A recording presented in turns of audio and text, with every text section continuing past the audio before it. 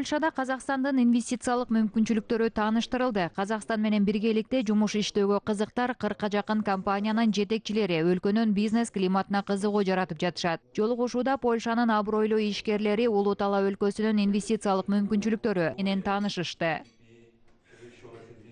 Есть возможность создания совместных производств и совместных инвестиций. И, значит, это уже... Биргелешкен өндүрүш куруп, биргеликте инвестиция жасоонун мүмкүнчүлүктөрү бар. Бул нерсени поляк инвесторлору да белгилеп жатышат. Аз дегенде 5-6 келишим түзөбүз деген ойдомун. Аны менен катар бул айынын 15-inde Астанада эл аралык инвестициялык форум өтөт деп мерчемделип жатат. Ал жерде так келишимдерге кол коебуз деп ойлойм. Который проведет наш уважаемый премьер-министр, и мы там подпишем конкретные договоренности. Польша ишкерлери бизнести жүргүзүүгө арналган көптөгөн мүмкүнчүлүктөр, ошондой эле жеңилдетилген виза тартибинен баштап, салык жеңилдиктерине чейин кызыгуу артып жатышат. Алар Казакстан Борбор Азия аймагындагы экономикалык өнүгүүнүн лидери катары саналаарын белгилеп өтүштү. Spodobało się otwartość Kazachstanu. Казакстандын инвестицияларга жана өнүгүүгө ушунчалык ачык экени мага жагып жатат. Аны менен катар бет ачаарда бизнестин укуктук мүмкүнчүлүктөрү менен кандай корголоорун билдим. Иш-чара абдан кызыктуу өттү. Бүгүнкү күндө Польшанын айыл чарба тармагы химия менен фармацевтика мыкты өнүккөн. Бул тыгыз кызматташтык орнотуп алган тармактарыбыз. Дагы бир белгилей кетүүчү жагдай, өнөктөштөрүбүздүн көбү Казакстанга инвестиция салууну ойлонуп жүрүшөт. Біздің компаниямыз Түркістан облысында орналасқан сүтті товарлы ферма. Бүгінгі күнде 1200 басымыз бар. Сиырымыз, Биздин компаниябыз Түркістан облусунда жайгашкан сүт өнүмдөрүн өндүргөн ферма. Бүгүнкү күндө 1200 баш мал бар. Биздин уйлар Канада жана Европадан алып келинген. Күнүнө 20 тонна сүт өндүрүлөт. Кийинки жылы бул көрсөткүчтү 60 тоннага жеткирүү мерчемделип жатат. Ошондуктан сүттү кайра иштетип, өнүмдөрдү өндүрө турган сүт иштетүүчү завод курууну каалап жатабыз. Менин бул жердеги башкы максатым бирдиктүү бизнес үчүн өнөктөш табуу. Менин де өзүмдүн келүү себебим bir partner taup birge осы жұмысты аткаруу. Варшавада өткөн жыйында Астана эл аралык каржы борборунун мүмкүнчүлүктөрү тууралуу да айтылды. Казакстан делегациясы борбордун жумушу жана артыкчылыктарын ар тараптан түшүндүрүп берди. Поляк бизнес ассоциациясында АЕКБ келечектүү долбоор катары таанылып, ар түрдүү сунуштарды берип келет. Здесь есть конкретные предложения с польской стороны по участию на инвестиционном экономическом. Астана экономикалык форумунун алкагында инвестициялык экономикалык форумга катышуу үчүн Польша тарабынан так сунуштар бар. Бул жерде блокчейндер, электрондук акча боюнча жакшы технологиялык чечимге ээ ири компания бар. Бул биздин экономикабыздын сегменти үчүн кызыктуу болгон ноу-хау деп эсептейм. Биздин алдыга койгон максатыбыз Казакстанга инвестиция тартуу, аны менен катар өлкөбүздүн экспортун колдоо. Ушул тарабынан алып карай турган болсо, Казакстандан зыгыр жеткирүү ири кызыгуу жаратып жатат. Көлөмү жагынан евро биримдиктеги 6-чы экономика менен биргелешкен Казакстан логистика жана фармацевтика тармактарында жигердүү жумуш аткарып келет. Эки тараптын машина куруу, айыл чарба жана курулуш материалдарын өндүрүүгө кызыгуусу бар. Ушул багытта биргелешкен долбоор да белгиленген. Варшава менен Краков бизнесмендери Казакстан аймактарына ишкердик сапар менен аттанат.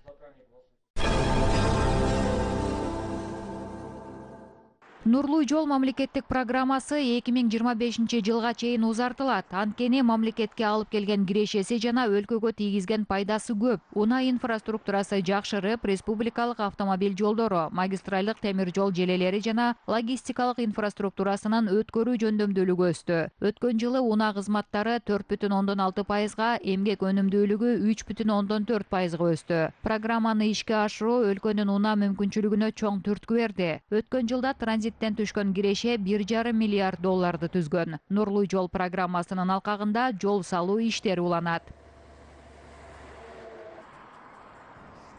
Карагандыдан Алматыга дейин және Актөбеден Ресей. Карагандыдан Алматыга чейин жана Актөбөдөн Орусия Федерациясынын чек арасына чейин курулуш иштери башталды. Жыл аягына чейин кайра жаңыртылган 654 чакырым автожол кыймылын ачуу мерчемделүүдө. Республикалык мааниси бар 1,6 миң чакырым автожол оңдолду.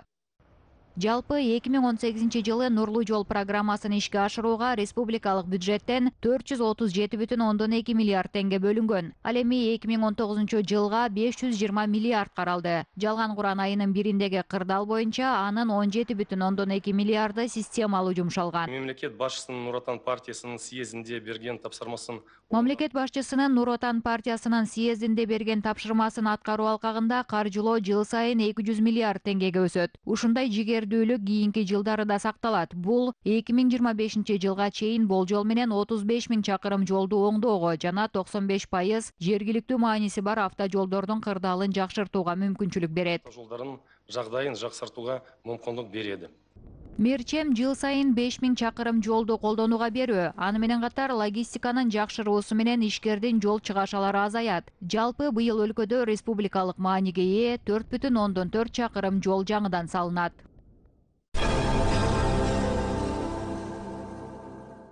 Нур жолу өткөрүү пункту аркылуу импорттолгон товарларга салынган бажы салыгынын эсебинен республикалык бюджетке жарым жылда 6 миллиард теңгеден ашуун каржы түшкөн. Бекет күнүнө 2200 жүк унаасын жана 15 000 адамды өткөрө алат. Товардын чыгуусу тууралуу дүйнөлүк бажы уюмунун серепчилери тыкыр көзөмөлдөп турушат. So this shows the huge potential of the future of Kazakh economy. And inside Бул бекет дүйнөлүк стандарттарга ылайык чек араны координацияланган көзөмөлдөө системасын 100% колдонуп жатат. Мамлекеттик бажылык көзөмөлдөө татаал жана жоопкерчилиги жогору. Ага карабастан товарлар менен унаа куралынын ары бери өтүшүнө эч кандай тоскоолдук жок. Аны менен катар өз убагында бардык тиешелүү жараяндарды үзгүлтүксүз аткарууга мүмкүнчүлүк берет. Акыркы инновацияларды эске алып, бул көзөмөлдөө бекети мамлекеттин чек арасы аркылуу көзөмөл уюштурууга арналган тажрыйба жана анын мыкты үлгүсү деп атоого болот. feature how customers can contribute to the economic development through the facilitation of trade. Белгилей кетсек, Нур жолу өткөрүү пункту Батыш Европа, Батыш Кытай эл аралык транзиттик коридорунун бөлүгү катары саналат жана эң заманбап техникалык жабдыктар менен камсыздалган. 6 айдын ичинде бул жерде 13 000ден ашуун транзиттик декларация толтурулуп, 214 000 тоннадан ашуун жүк чет өлкөгө өткөн. It is well established that the trade is the engine of any economy. Соода сатык көптөгөн өлкөлөрдүн жана Казакстандын экономикасынын маанилүү кыймылдаткычтарынын бири. Сиздердин өлкөңүздөр батыш менен чыгыштын кесилишинде жайгашкан жана ал башка өлкөлөрдүн транзиттик мүмкүнчүлүктөрүнө өзгөчө салым кошот. Ошондуктан бул жеке эле Казакстандын экономикасына эмес, бүткүл дүйнөлүк товар жүгүртүүнүн үзгүлтүккө учурабашы үчүн маанилүү. Of goods and thus contributing to the global supply chain. Борбор Азия өлкөсүнүн тарыхый маданий мурасы. Кытайда кыргыздын белгилүү Манас эпосуна арналган эстелик ачылды. Синьцзян уйгур автономиялуу районунун Улуу-Чат шаарында эпостун башкы каарманы жана аны ар дайым коштоп жүргөн 40 чоросунун урматына монумент коюлду. Айкелди Кытай жана кыргыз шеберлери даярдашкан. Долбоорду толук Кытай тарап каржылаган. Жаңы тарыхый объект дароо ушул аймактагы эң ири эстеликтердин катарына кирип жатат. Аталган объектке $750 000 жумшалган. Кыргыздар жашаган районго биз Манас ата менен 40 чорону койдук. Манас ата кайда болбосун 40 чоро Манас ата менен бирге болгон. Манас ата кайда болбосун Манас атага Бакай ата кеңешчи болуп турган. Эстеликтин постаменти китеп түрүндө жасалган. Ал жерде 40 чоронун ысымы согулуп жазылган. Район акими Сиарбек Кален уулунун айтымында, Кытайда жашаган этникалык кыргыздар Жусуп Мамайдын баатырдык уламыштарынын негизинде Манас менен 40 чоросуна атайын китеп басып чыгарууну мерчемдеп жатышат. Манас башында турат. Манас кыргыз элинин баатырдык эпосу кылымдардан бери кеңире таралып, элдин сүймөйүнчүлүгүнө айланган. Келген саякатчыларга түшүнүк берип, ал эми ушул Улчатта жашаган бардык кыргыздар келип ушуну окуп, ошо кыргыздын Манасы тууралуу аздыр көптүр болсо да түшүнүк алсын деген максатта бул эстелик ушул жерге тургузулган. Манас эпосу ЮНЕСКОнун адамзаттын материалдык эмес мурастар тизмесине кирди. Ошондой эле кыргыз эпосу дүйнөдөгү эң чоң чыгарма катары Гиннестер китебине катталган.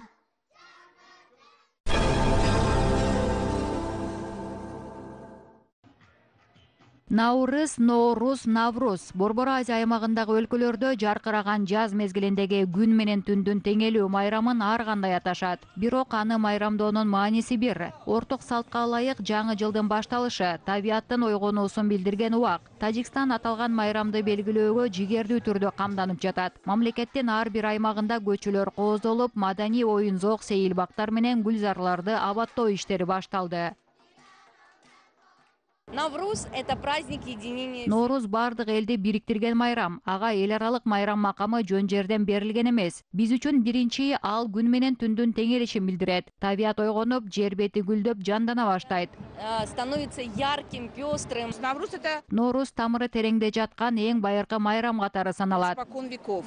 Норуз бардык элдердин эң сүйүктүү майрамы. Мен да аны чыдамсыздык менен күтөм. Майрам ЮНЕСКОнун тизмесине кирип, эл аралык деңгээлде белгиленип жатканы абдан кубандырат. Изилдөө маалыматтарына таянсак, Норуз майрамынын 5000 жылдык тарыхы бар. Бүгүнкү күндө байыркы салттар жаңыртылып, дүйнөлүк коомчулуктун энчисине айланып жатат. Ай менен күндүн теңелүүсүн чыгыштан Балканга чейин, Борбор Азия аймагы менен Кавказга чейинки жерлерде мекендеп жүргөн 3 миллиондон ашуун адам майрамдайт.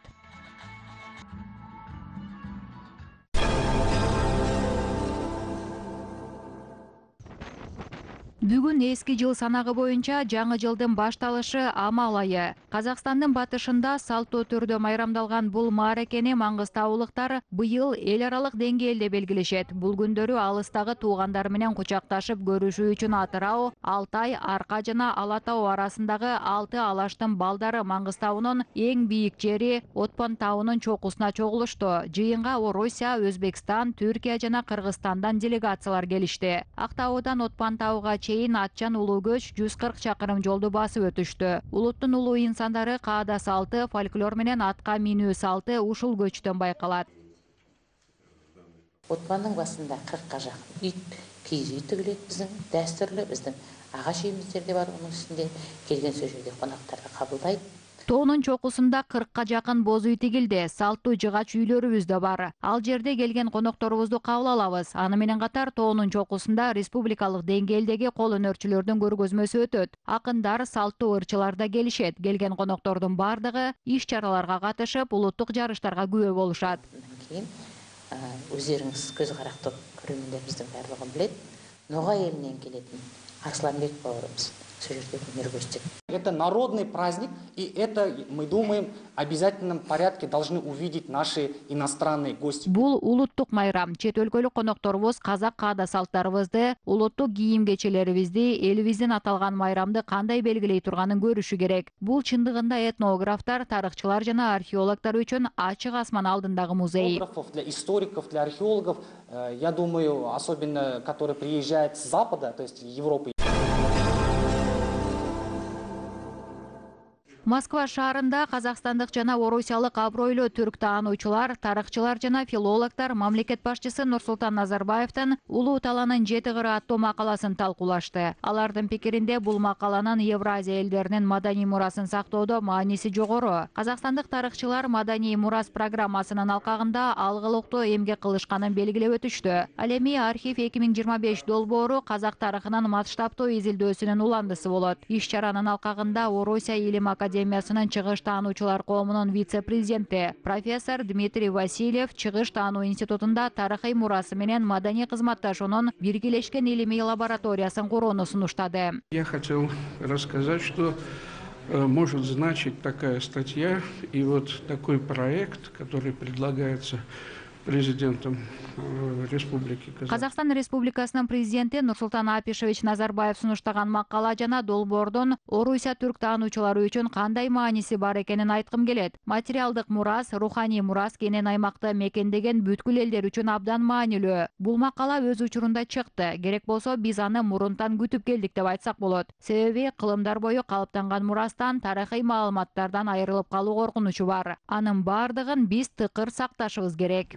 Той исторической памяти, того наследия, которое сложилось за века и которое нужно очень беречь. У нас где-то порядка 6000 документов с разных стран уже собрано. Биздин окумуштуулар адистер маданий мурас программасынын алкагында ар түрдүү мамлекеттерден 46 миңге жакын документ чогултту. Азыркы тапта бирдиктүү база түзүлүп жатат. Эмнелер бар жана эмнелер керектиги аныкталууда. Окумуштуулардан кандай документтер керектиги тууралуу сунуштарды күтөбүз. Бул биринчи милдет. Экинчиден, алар ушул документтер менен иш алып барат. Аны илимий жүгүртүүгө киргизет, жаңы изилдөөлөрдү жүргүзөт, жаңы маалыматтарды издейт. Маданий мурас программасы 7 жылга эсептелип жатат. Бул узак мезгил, чоң эмгек жана мамлекеттин жогорку колдоосу.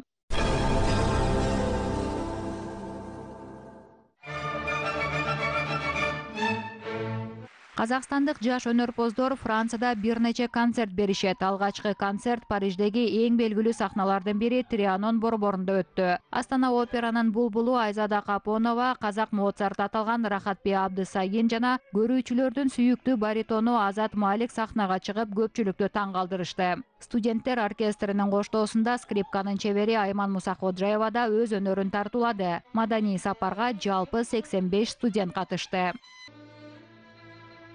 Наша молодежь, она такая талантливая и разнообразная, и она готова. Жаштарыбыз абдан таланттуу жана ар түрдүү өнөрлүү. Алар ар дайым сахнага чыгууга даяр. Мамлекет башчысы жарыялаган жаштар жылында албетте ушундай мүмкүнчүлүктөр бар. Биз жаштар жылын Париж, Кан жана Ницца шаарларындагы концерттерибизден баштайбыз. Андан кийин АКШ, Италия, Германия жана Австрия өлкөлөрүнө турне жасайбыз. Италия, Австрия, Германия. Такого рода мероприятия для нас, для молодежи. Ушундай иш-чаралар жаштардын өсүп өнүгүшүнө чоң түрткү берет. Менин оюмча, ар бир музыкант үчүн сахнага чыгуу бул эң сонун бакыт. Бул чеберчиликти бекемдөөгө, тажрыйба топтоого мүмкүнчүлүк берет. Для каждого музыканта выступать на сцене — это большое счастье. Концерттин программасынан жаштардын көп кырдуу экендигин байкоого болот. Жаш музыканттар Сен-Санс менен Чайковскийден баштап Россини менен Оффенбахтын чыгармаларын аткарышты. Көрүүчүлөр айрыкча домбурачылар ансамблинин өнөрүн жогору баалашты.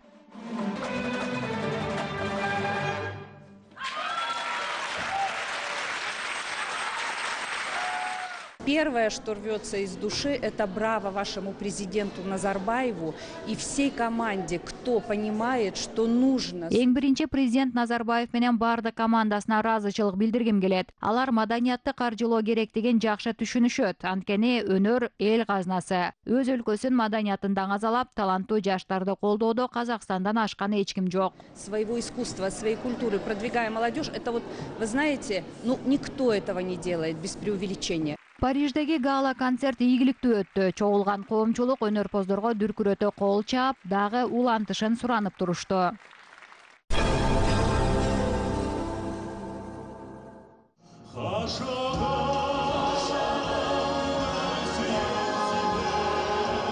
Шакендин шедеври сахнага жол тартты. Астана шаарындагы мамлекеттик академиялык филармониянын жамааты Такыячан периштени сахналаштырды. Концерт казак киносунда аттын кашкасындай таанымал. Казак КСРнин эл артисти, мамлекеттик сыйлыктын лауреаты Амина Өмүрзакованын 100 жылдыгына арналды. Ал тасмада уялчак периштенин жашоосуна балта чапкысы келген эненин ролун аткарган. Ал эми тайлак болсо чымыр денелүү, периште мүнөздүү кеңпейил. Ал дастаркондун үстүндө да өзүнүн сүйүктүү баш кийимин чечпейт. Я вот пересмотрел несколько раз этот фильм. Он добродушный, открытый. Мен бул тасманы бир нече жолу көрүп чыктым. Тайлак өтө ачык, ак көңүл, эч кимди капа кылбайт. Мага бул образ жакын. Анткени классиканы кайра ойноо оңой эмес. Бул нерсеге даяр болуу керек. Бул ролго болушунча жакын болууга аракет кылдым. Надеюсь, что как-то близко подошел к этой роли. Биздин бул коюлумубуз, бул спектакль эмес, бул кино эмес, фильм. Биздин бул коюп жатканыбыз спектакль эмес, бул тасма да эмес, бул фильм-концерт. Такыячан периштедеги ойнолгон образдарыбыз менен бирге аткарылып жаткан ырлардын бардыгы жандуу үн менен аткарылды. Ошонусу менен баалуу деп ойлойм. Ушундай шедевр тасмадан кийин ойноо албетте оор, себеби ар дайым далма-дал келүү керек. Бул оңой эмес. Такыячан Периште 1968 жылы жарыкка чыккан. Тасмада Амина Өмүрзакова, Бикен Римова, Бибигүл Төлегенова, Ермек Серкебаев, Али Исмаилов, Юрий Саранцев сыяктуу атактуу артисттер өз ролдорун чеберчилик менен аткарышты. Ал эми башкы каарман Тайлактын ролундагы Алимгазы Райымбеков кесипкөй артист эмес. Ал облустук колхоздордун биринде механизатор болуп иштеген. Тасма жарыкка чыккандан кийин айылдан шаарга келген казак жаштарынын саны көрүнүктүү өскөн деген маалымат бар.